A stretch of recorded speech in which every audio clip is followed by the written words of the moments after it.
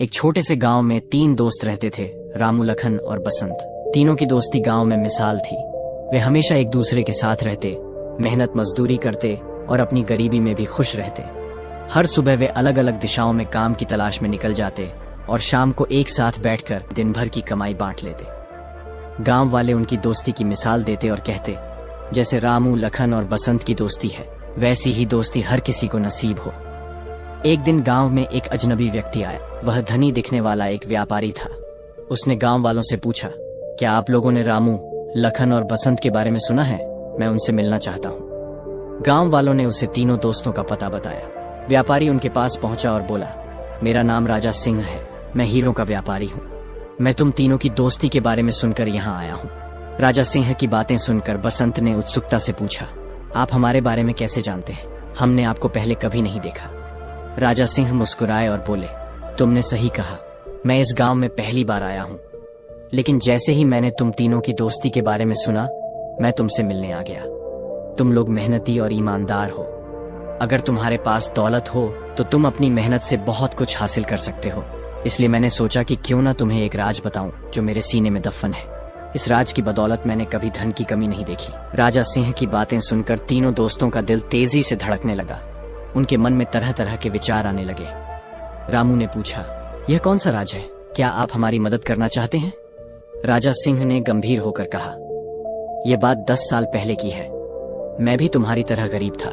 मेरे पिता वैद्य थे, लेकिन उनकी कमाई से मुश्किल से गुजारा होता था। एक दिन मेरी माँ को एक भयंकर बीमारी हो गई। पिताजी ने कहा कि उनका इलाज सिर्फ एक दुर्लभ जड़ी बूटी से हो सकता है, जो पहाड़ों और जंगलों में मिलती है। मैंने वह बूटी ढूंढने का फैसला किया, लेकिन वह नहीं मिली। 2 महीने बाद जब मैं घर लौटा तो पता चला कि मेरे माता पिता दोनों की मृत्यु हो चुकी है। राजा सिंह की आंखों में आंसू आ गए। उन्होंने आगे कहा, उस दिन मैंने ठान लिया कि मैं उस बूटी को जरूर ढूंढूंगा। मैं फिर से जंगलों और पहाड़ों में निकल पड़ा। जब मैं एक घाटी में पहुंचा तो मेरी आंखों के सामने एक अद्भुत नजारा था। वहां जहां तक नजर जाती, हीरे और मोती बिखरे पड़े थे। मैंने उस खजाने का एक बड़ा हिस्सा निकालकर सुरक्षित जगह पर छिपा दिया। आज भी जब मुझे धन की जरूरत होती है तो मैं वहां जाकर हीरे निकाल लाता हूँ। अगर तुम चाहो तो मैं तुम्हें उस जगह का पता बता सकता हूँ। लखन ने उत्सुकता से पूछा, हुजूर, क्या आप सच कह रहे हैं? ये सब किसी सपने जैसा लगता है। राजा सिंह मुस्कुराए और बोले, यकीन तो तुम्हें तब होगा जब तुम खुद वहां जाकर देखोगे, लेकिन एक शर्त है, तुम इस राज को किसी और को नहीं बताओगे। अगर तुमने ऐसा किया तो इसकी भारी कीमत चुकानी पड़ेगी। तीनों दोस्तों ने एक साथ कहा, हमें आपकी शर्त मंजूर है।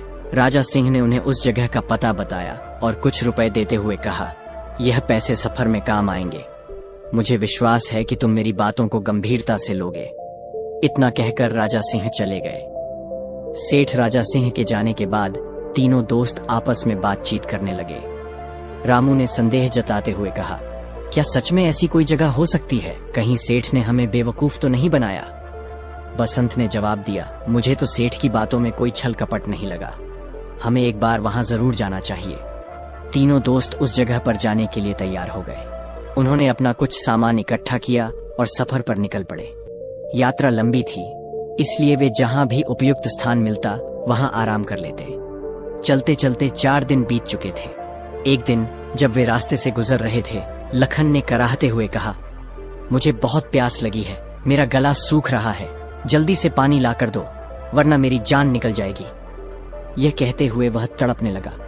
लखन की हालत देखकर रामू चिंतित हो गया और बोला, बसंत, जल्दी से कहीं से पानी खोज कर लाओ। यह सुनकर बसंत एक बर्तन लेकर पानी की तलाश में निकल गया, लेकिन जैसे ही बसंत वहां से गया, लखन तुरंत फुर्ती से खड़ा हो गया। यह देखकर रामू हैरान रह गया और बोला, यह क्या, तुम तो भले चंगे हो, फिर यह प्यास का नाटक क्यों किया? लखन मुस्कुराते हुए बोला, अरे मूर्ख, तुम इतना भी नहीं समझते। मैंने यह नाटक सिर्फ बसंत को यहाँ से हटाने के लिए किया था, ताकि मैं तुमसे अकेले में एक जरूरी बात कर सकूं। रामू ने आश्चर्य से पूछा, ऐसी कौन सी बात है जो बसंत के सामने नहीं की जा सकती? लखन ने गुप्त स्वर में कहा, बात यह है कि अगर तुम चाहो तो उस खजाने के मालिक सिर्फ हम दोनों बन सकते हैं। रामू चौंक कर बोला, क्या मतलब? बसंत का उसमें कोई हक नहीं होगा? लखन ने दृढ़ता से कहा, बिल्कुल नहीं। मैं नहीं चाहता कि वह उस जगह तक पहुंचे। अगर तुम मेरा साथ दो तो यह काम बहुत आसानी से हो सकता है। सोचने में समय बर्बाद मत करो। क्योंकि बसंत कभी भी वापस आ सकता है। हम रास्ते में किसी भी मौके पर उसे खत्म कर देंगे और फिर खजाने के अकेले मालिक सिर्फ हम दोनों होंगे। रामू असमंजस में बोला, लेकिन अगर कोई गड़बड़ हो गई तो इसकी जिम्मेदारी सिर्फ तुम्हारी होगी। लखन तुरंत सहमत होते हुए बोला, मुझे मंजूर है, चुप रहो, लगता है बसंत आ रहा है। तभी बसंत वहां पहुंच गया और बोला, ये लो दोस्त, जल्दी से लखन को पानी पिला दो।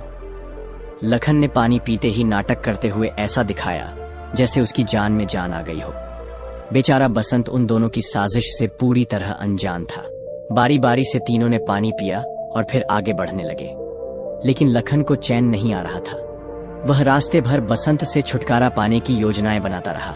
इसी उधेड़बुन में एक और दिन बीत गया। चलते चलते वे लोग एक झरने के पास पहुंचे। झरना देखकर लखन का मन खुशी से उछल पड़ा। वह सोचने लगा, अगर बसंत को इस झरने के ऊपर से धक्का दे दिया जाए तो उसकी मौत निश्चित है। हाँ, यही सही मौका है। उसने अपने दोनों दोस्तों से कहा, तुम दोनों यहीं रुको, मैं जरा इस पहाड़ी पर चढ़कर आगे का रास्ता देखता हूँ। यह कहकर लखन पहाड़ी पर चढ़ गया।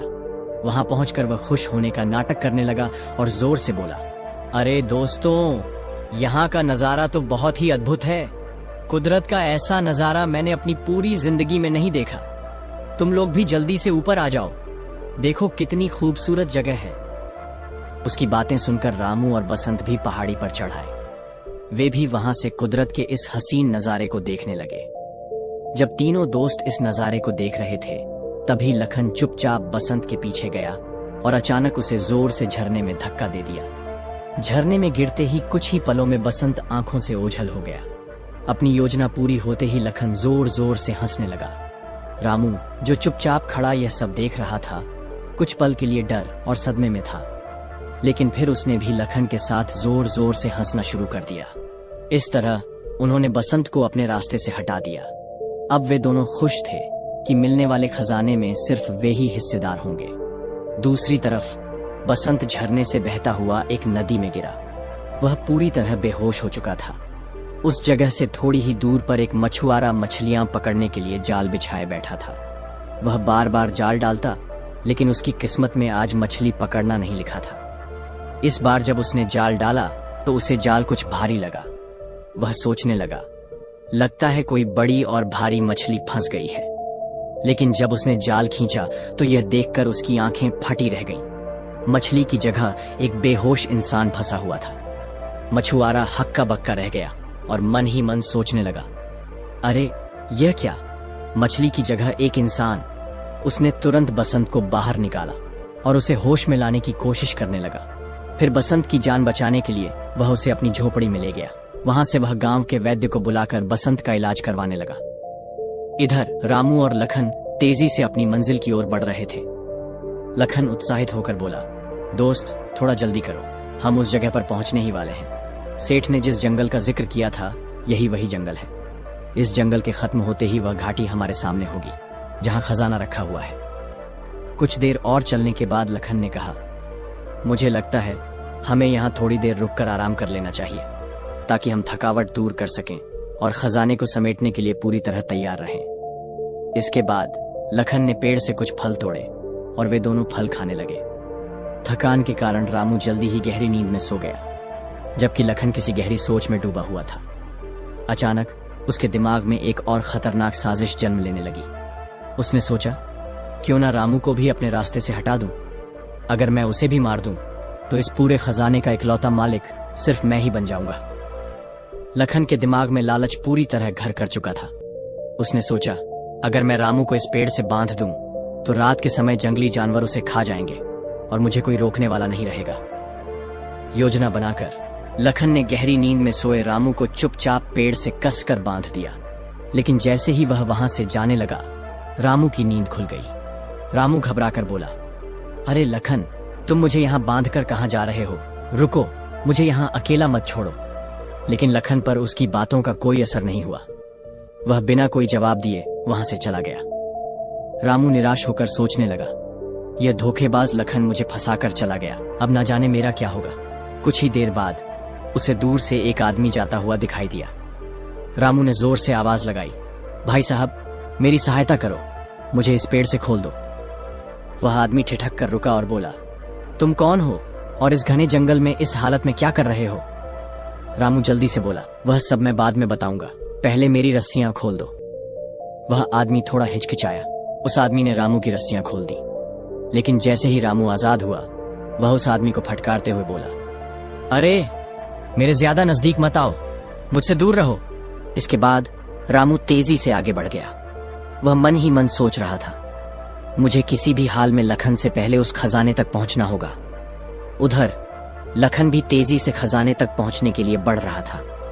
तभी अचानक उसे किसी के कराहने की आवाज सुनाई दी। उसने देखा ये एक बहुत ही बूढ़ा आदमी एक पेड़ के नीचे बैठा था।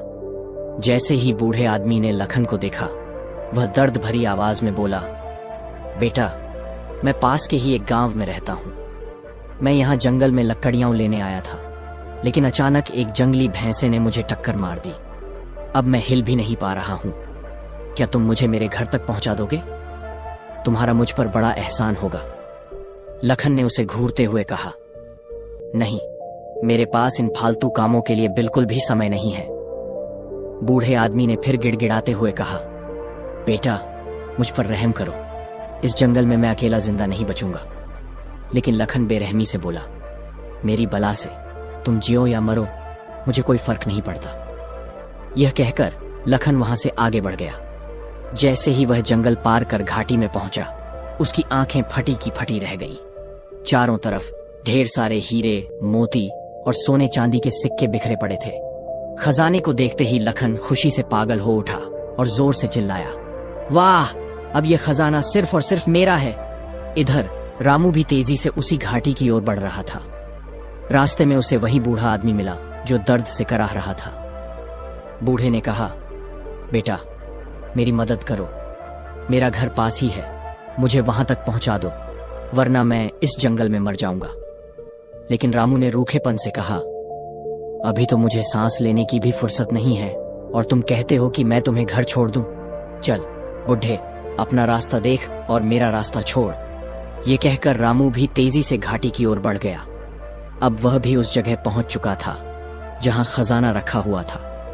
उसने देखा कि लखन बड़े बड़े थैलों में हीरे और मोती भर रहा था। यह देखकर रामू के मन में विचार आया, उस सेठ ने गलत नहीं कहा था, लेकिन पहले मुझे लखन को सबक सिखाना होगा। वह जोर से चिल्लाया, ठहरो लखन, खजाने को तुम हाथ भी नहीं लगा सकते। लखन यह देखकर चौंक गया और बोला, तुम अभी तक जिंदा हो? रामू ने क्रोधित होकर जवाब दिया, तूने तो मुझे मारने के लिए कोई कसर नहीं छोड़ी थी, लेकिन अब मैं तुझे जिंदा नहीं छोड़ूंगा। इसके बाद दोनों दोस्त एक दूसरे की जान के दुश्मन बन गए। दोनों के बीच भयंकर लड़ाई शुरू हो गई। तभी अचानक वहां कुछ नकाबपोश लोग आ गए। इससे पहले कि लखन और रामू कुछ समझ पाते, उन नकाबपोश लोगों ने उन्हें पकड़ लिया और रस्सियों से जकड़ दिया। इसके बाद वे दोनों को अपने साथ ले गए। दूसरी तरफ बसंत मछुआरे के घर में बेहोश पड़ा था। वैद्य के उपचार के कारण 2 दिन बाद उसे होश आ गया। बसंत ने मछुआरे का धन्यवाद करते हुए कहा, दोस्त, तुमने मेरी जान बचाई, इसके लिए मैं सारी जिंदगी तुम्हारा एहसानमंद रहूंगा। लेकिन अब मुझे अपने आगे के सफर पर निकलना होगा। मछुआरे से विदा लेकर बसंत भी घाटी की ओर चल दिया। जब बसंत जंगल में पहुंचा तो अचानक उसे एक दर्द भरी आवाज सुनाई दी। वह रुककर सोचने लगा, यह आवाज किसकी हो सकती है? लगता है कोई मुसीबत में है। उसकी नजर एक आदमी पर पड़ी जो कुष्ठ रोग से पीड़ित था। बसंत ने उससे पूछा, अरे भाई, तुम्हें क्या तकलीफ है? वह आदमी दर्द भरी आवाज में बोला, भाई, मुझसे दूर रहो, मुझे छूना मत, वरना यह भयानक रोग तुम्हें भी लग सकता है। लेकिन बसंत ने सहानुभूति दिखाते हुए कहा, भाई, इंसानियत के नाते मैं ऐसा नहीं कर सकता। ठहरो, मैं तुम्हारे घावों को साफ करके पट्टी बांध देता हूं ताकि तुम्हें थोड़ी राहत मिले।